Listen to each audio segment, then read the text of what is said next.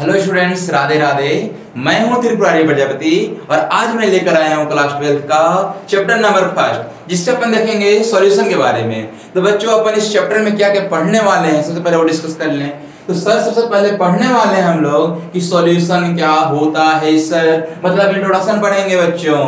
उसके बाद हम लोग सेकेंड टॉपिक देखेंगे कंसंट्रेशन टर्म, यानी कि बच्चों कि सॉल्यूट का अमाउंट किसी भी सॉल्यूशन में कैसे प्रेजेंट किया जाता है।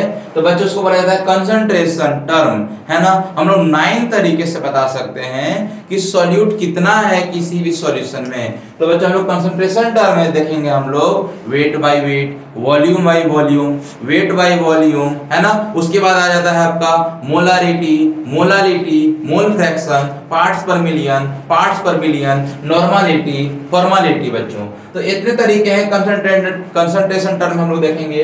उसके बाद आ जाएगा हमारा colligative property and last when half factor. तीनों वेरी इंपॉर्टेंट टॉपिक है ना बच्चों। तो चलिए स्टार्ट करते हैं बच्चों कि सबसे पहले आप मुझे बताओ कि सॉल्यूशन होता क्या है सर। तो फर्स्ट टॉपिक अपन डिस्कस करेंगे इंट्रोडक्शन।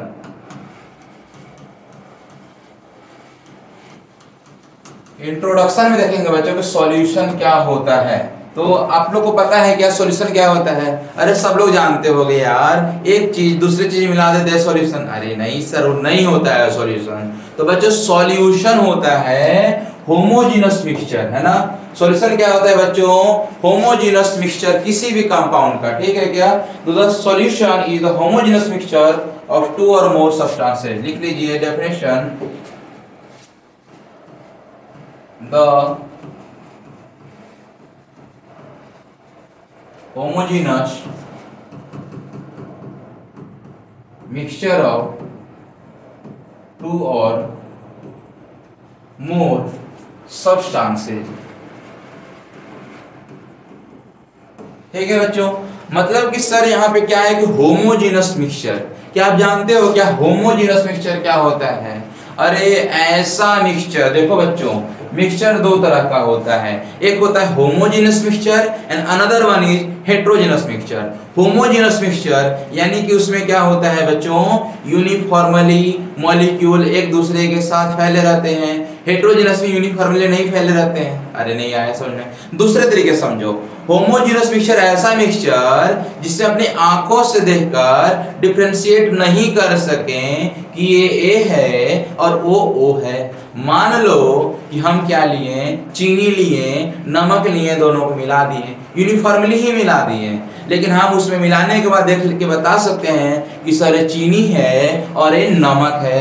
तो वो होमोजेनस मिक्सचर नहीं है। बिल्कुल ठीक बोले हो। जैसे कि हमें मिला दो, अपने आप को मिला दो, दोनों को एक साथ में रख दो, तो कोई भी देख के बता देगा अच्छा ये त्रिपुरारी सर हैं और ये तुम हो, है ना भाई। लेकिन जब इनको आप मिक्सी में घुमा दो, मिक्सी में घुमा देने के बाद जो मिलेगा मुझे लिक्विड सॉल्यूशन, उसमें कोई बता पाएगा क्या कि त्रिपुरारी सर का ब्लड है, उसका ब्लड है, उसका ब्लड है? नहीं ना बच्चों। तो होमोजेनस मिक्सचर हो गया, यानी ऐसा मिक्सचर जिसमें आप अपने नग्न आंखों से, नेक्ड आई से देखकर डिफरेंशिएट नहीं कर पाते हो कि वो क्या है, तो वैसे मिक्सचर कहलाते हैं होमोजेनस मिक्सचर।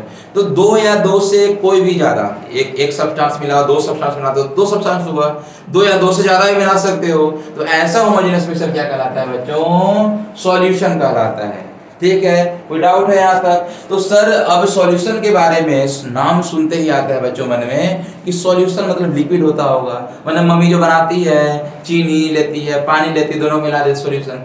अरे जरूरी नहीं है बच्चों कि सॉल्यूशन लिक्विड ही हो। Solution can be solid, liquid, gas. तो बच्चों इस पॉइंट को लिख लीजिए आप लोग। सेकेंड पॉइंट कि solution can be solid, liquid and gases also, है ना बच्चों। तो सॉल्यूशन बच्चों होता है सॉलिड भी होता है, लिक्विड भी होता है, गैसेज भी होता है। बच्चों लिक्विड के बारे में सब लोग जानते होंगे, हम जैसे क्या करते हैं NaCl सॉल्यूशन, है ना बच्चों। NaCl सॉल्यूशन में क्या होता है सर, हम लेते हैं NaCl, उसको डाल देते हैं पानी में, क्या बन जाता है, NaCl सॉल्यूशन बन जाता है। सर सॉलिड में क्या हुआ सर, अरे ब्रास स्टील, क्या है बच्चों, स्टील कैसे बनता है, स्टील किन किन चीजों से मिलकर बना है, तो आयरन, क्रोमियम, निकेल, है ना, स्टील बनता है। स्टील बनने के लिए क्या प्रोसेस है, iron plus chromium plus nickel, जब तीनों को मिला दोगे, ए एलिमेंट है, ए वाला एलिमेंट है, ए एलिमेंट है, जब तीनों एलिमेंट किसी रेशियो में मिला दोगे, किसी फिक्स्ड रेशियो में, स्टील बन जाता है। स्टील कैसा होता है जी, स्टील क्या है, सॉल्यूशन है बच्चों। स्टील क्या है, सॉल्यूशन। हाँ, जिसमें आप खाना खाते हो स्टील की थाली में, वो क्या है, सॉल्यूशन है। सर गैसेज कैसे हो सकते हैं, अरे बच्चों गैसेज, एयर देख लो एग्जांपल में, एयर है ना बच्चों। एयर में क्या क्या पाया जाता है जी, एयर में पाया जाता है sir nitrogen 78%, oxygen 21% plus another gases, जो भी अदर गैसेज बच गए, CO2, SO2 वगैरह वगैरह वगैरह, वो सारी चीजें 1% में आ गई। माने ये सारे चीज गैस का मिक्सचर क्या है, एयर बोलते हैं। तो एयर क्या है भैया, सॉल्यूशन है। क्या आप एयर को देख के बता पा रहे हो क्या, अरे ये देखो ऑक्सीजन, अरे ये देखो यहाँ पे नाइट्रोजन, बता पाते हो क्या, नहीं ना। तो एयर भी क्या है भाई, एयर भी क्या है, सॉल्यूशन है। तो बच्चों ये सॉल्यूशन हो गया। अब हम लोग देखेंगे इसमें टाइप्स ऑफ सॉल्यूशन, क्या देखेंगे बच्चों, नेक्स्ट टॉपिक रहेगा हमारा टाइप्स ऑफ सॉल्यूशन। तो टाइप्स ऑफ सॉल्यूशन बच्चों हम लोग दो तरह से करेंगे।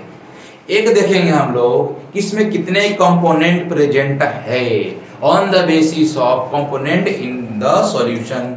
एक देखेंगे बच्चों हम लोग कि उसमें सॉल्यूट और सॉल्वेंट दो चीज होता है ना।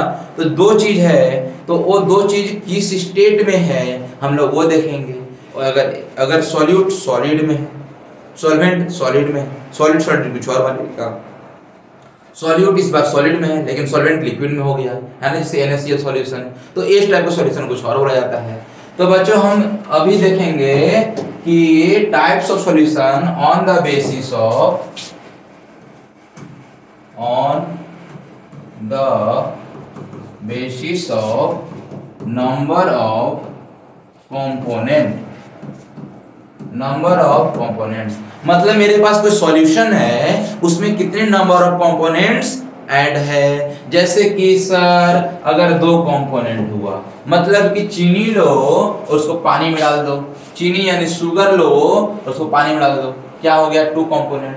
तो एक होता है आपका first number binary solution, binary solution जिसमें कितना कंपोनेंट रहेगा हीरो, टू कंपोनेंट, है ना, टू कंपोनेंट है अगर तो बोला जाता है बाइनरी। बाई मतलब दो, यानी टू कंपोनेंट रहेगा। एग्जांपल में क्या हो जाएगा सर, NaCl ले लो, इसको डाल दो पानी में, है ना हीरो, तो क्या हो जाएगा, बाइनरी सॉल्यूशन। दूसरा क्या हो सकता है सर, दो कंपोनेंट को बाइनरी, तीन कंपोनेंट रहेगा तो टर्नरी सॉल्यूशन, है ना, टर्नरी सॉल्यूशन। इसमें क्या रहेगा hero, three components present in the solution. तो एग्जांपल में क्या कर सकते हो, शिकंजी बना सकते हो। सर नमक लिए, पानी लिए, नींबू गार दिए उसमें, तो क्या क्या हो गया, नमक हो गया NaCl, H2O हो गया, सिट्रिक एसिड हो गया। सिट्रिक एसिड किस में होता है बच्चों, लिक्विड में होता है। नींबू में क्या पाया जाता है, सिट्रिक एसिड। तो तीन का मिक्सचर हो गया, तो क्या हो गया, टर्नरी सॉल्यूशन हो गया, समझे क्या। उसी तरह क्वाटरनरी सॉल्यूशन, है ना, अगर चार कंपोनेंट हैं तो क्या हो जाएगा बच्चों, क्वाटरनरी, है ना। क्वाटरनरी सॉल्यूशन में कितने रहेंगे, फोर कंपोनेंट्स रहेंगे सर। तो बच्चों अपन का सिलेबस में क्या पढ़ना है, सिलेबस में आपको बस पढ़ाया जाना है बाइनरी सॉल्यूशन, समझ में आया क्या। अपन को सिलेबस में बस पढ़ना है बच्चों, 12th के सिलेबस में बाइनरी सॉल्यूशन, यानी ऐसा सॉल्यूशन जिसमें केवल दो कंपोनेंट अवेलेबल रहेंगे, प्रेजेंट रहेंगे बच्चों। तो अब अनदर टाइप ऑफ क्लासिफिकेशन में क्या हो गया बच्चों, अनदर टाइप ऑफ क्लासिफिकेशन में हो गया कि state of, on the basis of state of the solute and solvent, है ना, on the basis of states of solute and solvents, है ना जी। जैसे कि मान लेते हैं कि हमारे पास सॉल्यूट जो था, इस साइड मान लो आप सॉल्वेंट, ठीक है। सॉल्यूट जो है हमारा सॉलिड में है सर। अगर सॉलिड में है और सॉल्वेंट हो सकता है, सॉलिड हो सकता है, सॉल्वेंट हो सकता है, लिक्विड हो सकता है, सॉल्वेंट हो सकता है, गैस हो सकता है। तो कितना यहाँ मिल गया मेरे पास सॉल्यूशन 3, जिसमें कि सॉल्यूट सॉलिड में, सॉल्वेंट सॉलिड में। सॉल्यूट जैसे इसमें क्या हो गया, सॉल्यूट एग्जांपल जितने भी अलॉयज होते हैं, मेटल अलॉयज, किसके एग्जांपल हो गए, सॉलिड, सॉलिड का। समझ में आ रहा है क्या। अब सॉलिड लिक्विड, यानी सॉल्यूट रहेगा सॉलिड, सॉल्वेंट रहेगा लिक्विड। जैसे कि NaCl solution, NaCl in the form of solid, it is a solute, and H2O in the liquid state which is the solvent, है ना। तो NaCl वगैरह हो गया। अब सॉलिड हो सकता है, गैस हो सकता है, सॉल्वेंट। उसी तरह सब सॉल्यूट को चेंज कर दो आप लिक्विड में, तो ए लिक्विड है, मान लो सॉल्वेंट हमारा सॉलिड रहेगा, ए लिक्विड है सॉल्यूट, लेकिन सॉल्वेंट हमारा क्या रहेगा, लिक्विड हो गया। लिक्विड लिक्विड है ना जी। अब क्या करोगे, अब कर लो लिक्विड को लिक्विड रहने दो, ये गैस कर दो, तो ये 3 और हो गए। 3 और क्या क्या हो सकते हैं बच्चों, मान लो कि हमारा सॉल्यूट है इस बार गैस, एंड सॉल्वेंट क्या है, सॉलिड, सॉल्वेंट क्या है, लिक्विड, सॉल्वेंट क्या है, गैस, है ना। तो 3 यहाँ से मिलेंगे, 3 यहाँ से मिलेंगे, 3 यहाँ से मिलेंगे, टोटल आपके 9 टाइप्स ऑफ यहाँ पे सॉल्यूशन हो गया अवेलेबल। आपको पढ़ना क्या है बच्चों, आपको पढ़ना है ए वाला, है ना, जिसमें कि आपका क्या दिया रहेगा, आपका रहेगा सॉल्यूट, इसमें सॉल्यूट रहेगा सॉलिड में, और सॉल्वेंट रहेगा लिक्विड में बच्चों, ठीक है। तो सर ये सॉल्यूट और सॉल्वेंट क्या बोल रहे हो आप, तो सर होता क्या है, मैंने अभी जस्ट लास्ट स्लाइड में, पिछले स्लाइड में पढ़ाया बाइनरी सॉल्यूशन, है ना, बाइनरी सॉल्यूशन। तो बच्चों बाइनरी सॉल्यूशन क्या होता है, जिसमें कितने कंपोनेंट रहेंगे, ऐसा होमोजेनस मिक्सचर जिसमें 2 कंपोनेंट रहेंगे, उस होमोजेनस मिक्सचर को बोला जाएगा बाइनरी सॉल्यूशन। कितने कंपोनेंट, 2 कंपोनेंट्स, 2 कंपोनेंट्स रहेंगे। ये जो 2 कंपोनेंट हैं बच्चों, ये एक कंपोनेंट को बोला जाता है क्या, सॉल्यूट, और दूसरे कंपोनेंट को बोला जाता है बच्चों सॉल्वेंट। तो क्या आप बता सकते हो what is solute and what is solvent, बोलो बोलो बोलो बोलो। अरे नहीं बच्चों, सब यही बोले होगे, सब क्या बोले होगे कि जो कम अमाउंट में है सॉल्यूट है, जो ज्यादा अमाउंट में है सॉल्वेंट है। बच्चों ये नहीं होता है। होता क्या है सर, अब कैसे नहीं होता है सर, हम तो यही पढ़े थे 9th में। अब जैसे मान लो कि हम क्या ले लिए, 10 ml H2O ले लिए, और मान लो या 10 ग्राम H2O ले लो, कुछ भी 200 ग्राम में वर्तन करके ले लो, है ना, और इसके 10 टाइम्स ज्यादा ले लो आप नमक NaCl। NaCl कितना ले लो, 100 ml, यानी उसको अगर मान लो 100 ग्राम ले लिए, इससे बहुत ज्यादा है NaCl, तो ज्यादा क्या है NaCl, ज्यादा है क्या है, सॉल्वेंट हो जाएगा क्या, अरे कभी नहीं हो सकता है। पानी जहां पे रहेगा, water is a universal solvent, यानी पानी एक बूंद ही क्यों ना रहे, पानी क्या रहेगा बच्चों, सॉल्वेंट में आता है। तो डेफिनेशन गलत हो गया सर। तो सर एक्चुअल में डेफिनेशन क्या है, तो बच्चों हम ये देखते हैं डेफिनेशन में, डाई इलेक्ट्रिक कांस्टेंट, एक फिजिक्स का नियम है, और डाई इलेक्ट्रिक कांस्टेंट से हम बताते हैं बच्चों कि वो सॉल्यूट क्या है, सॉल्वेंट क्या है। तो चलो देखते हैं। तो सुनो, जिसको डिजॉल्व किया जाए वो क्या है, सॉल्यूट, और जिसमें डिजॉल्व किया जाए वो क्या है, सॉल्वेंट, है ना। तो सॉल्यूट के बारे में हम बोल सकते हैं that component which gets dissolve, that component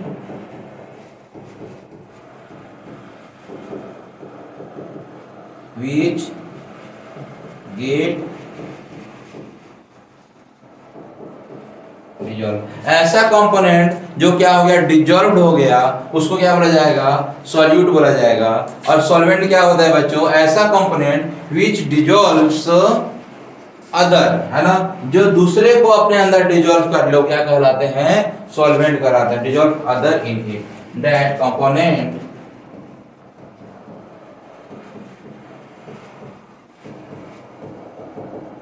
which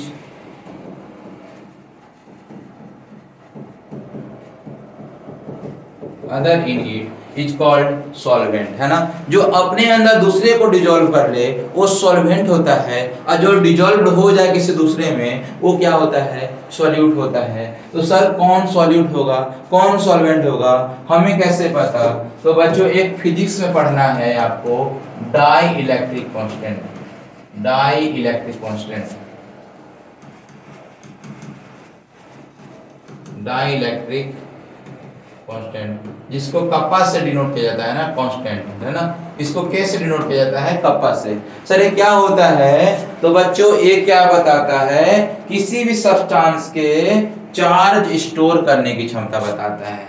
यानी किसी भी सब्सटेंस में, है ना, चार्ज कितना स्टोर है उसमें, how much charge present in the any substances, वो क्या होता है, डाइलेक्ट्रिक कांस्टेंट। यानी कि मान लो मेरे पास दो सामान है, एक मार्कर है एक दूसरा मार्कर है, तो अगर इस मार्कर अगर ज्यादा चार्ज स्टोर कर रहा है यानी इसका डाइलेक्ट्रिक कांस्टेंट ज्यादा है ना। तो डाइलेक्ट्रिक कांस्टेंट क्या होता है जी, चार्ज स्टोर करने की क्षमता को बताता है। अब बच्चों जिसका डाइलेक्ट्रिक कांस्टेंट ज्यादा होगा सॉल्युबल उसमें ज्यादा होगा, यानी जिसका डाइलेक्ट्रिक कांस्टेंट ज्यादा होता है क्या कहलाता है, सॉल्वेंट कहलाता है। और वाटर बोला जाए ना तो वाटर का डाइलेक्ट्रिक कांस्टेंट होता है बच्चों 81, कितना 81, इसलिए बहुत ज्यादा, 81 इज मच ग्रेटर, बहुत ज्यादा है ना। इसलिए पानी को बोला जाता है कि पानी जो है यूनिवर्सल सॉल्वेंट है। समझ में आया क्या।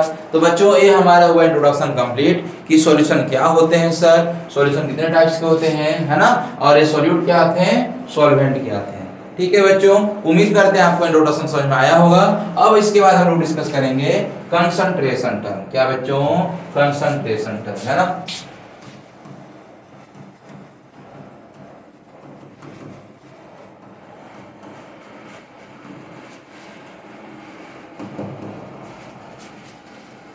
तो सर कंसंट्रेशन आखिर होता क्या है। तो बच्चों कंसंट्रेशन टर्म में सबसे पहले देखेंगे कंसंट्रेशन। तो कंसंट्रेशन है कि ये रिप्रेजेंट करता है कि किसी भी सॉल्यूशन में सॉल्यूट कितना है, उसको क्या बोला जाएगा बच्चों, कंसंट्रेशन। तो लिख लीजिए it is a way of representing, it is a way of representing, it is a way of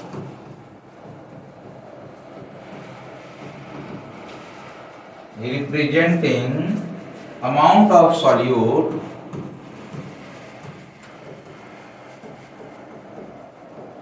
present in a solution, present in a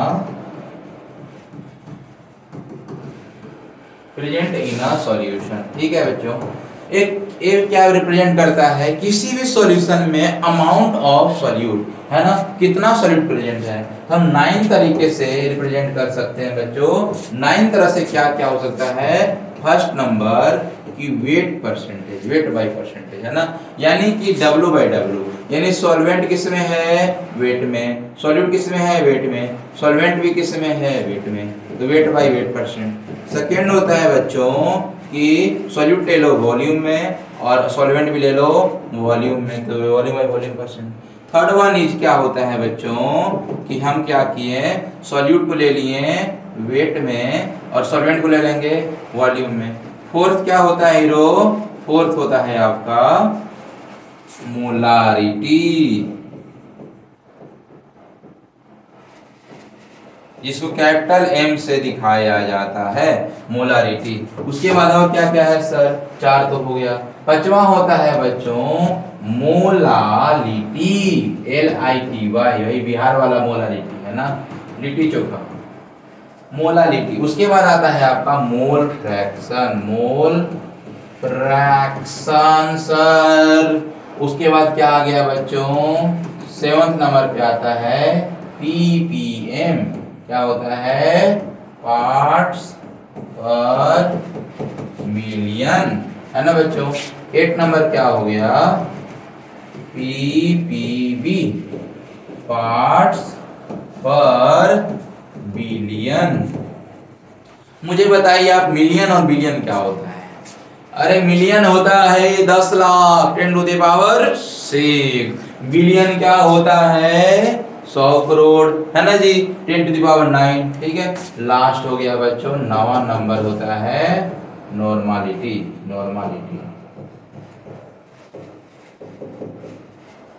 normality को कैपिटल एन से दिखाया जाता है। तो अब हम देखेंगे अलग अलग करके सबके बारे में डिस्कस करने वाले हैं कि वेट बाय वेट परसेंट क्या होता है, वॉल्यूम बाय वॉल्यूम परसेंट क्या होता है, वेट बाय वॉल्यूम क्या होता है, मोलारिटी क्या होता है। मोलारिटी को दिखाया जाता है स्मॉल m से। मोल फ्रैक्शन क्या होता है, ppm ppb, नॉर्मालिटी क्या होता है। तो हम इसको सेकेंड पार्ट में देखेंगे बच्चों। प्लीज आप बने रहिए हमारे लेक्चर नंबर 2 में। Thank you.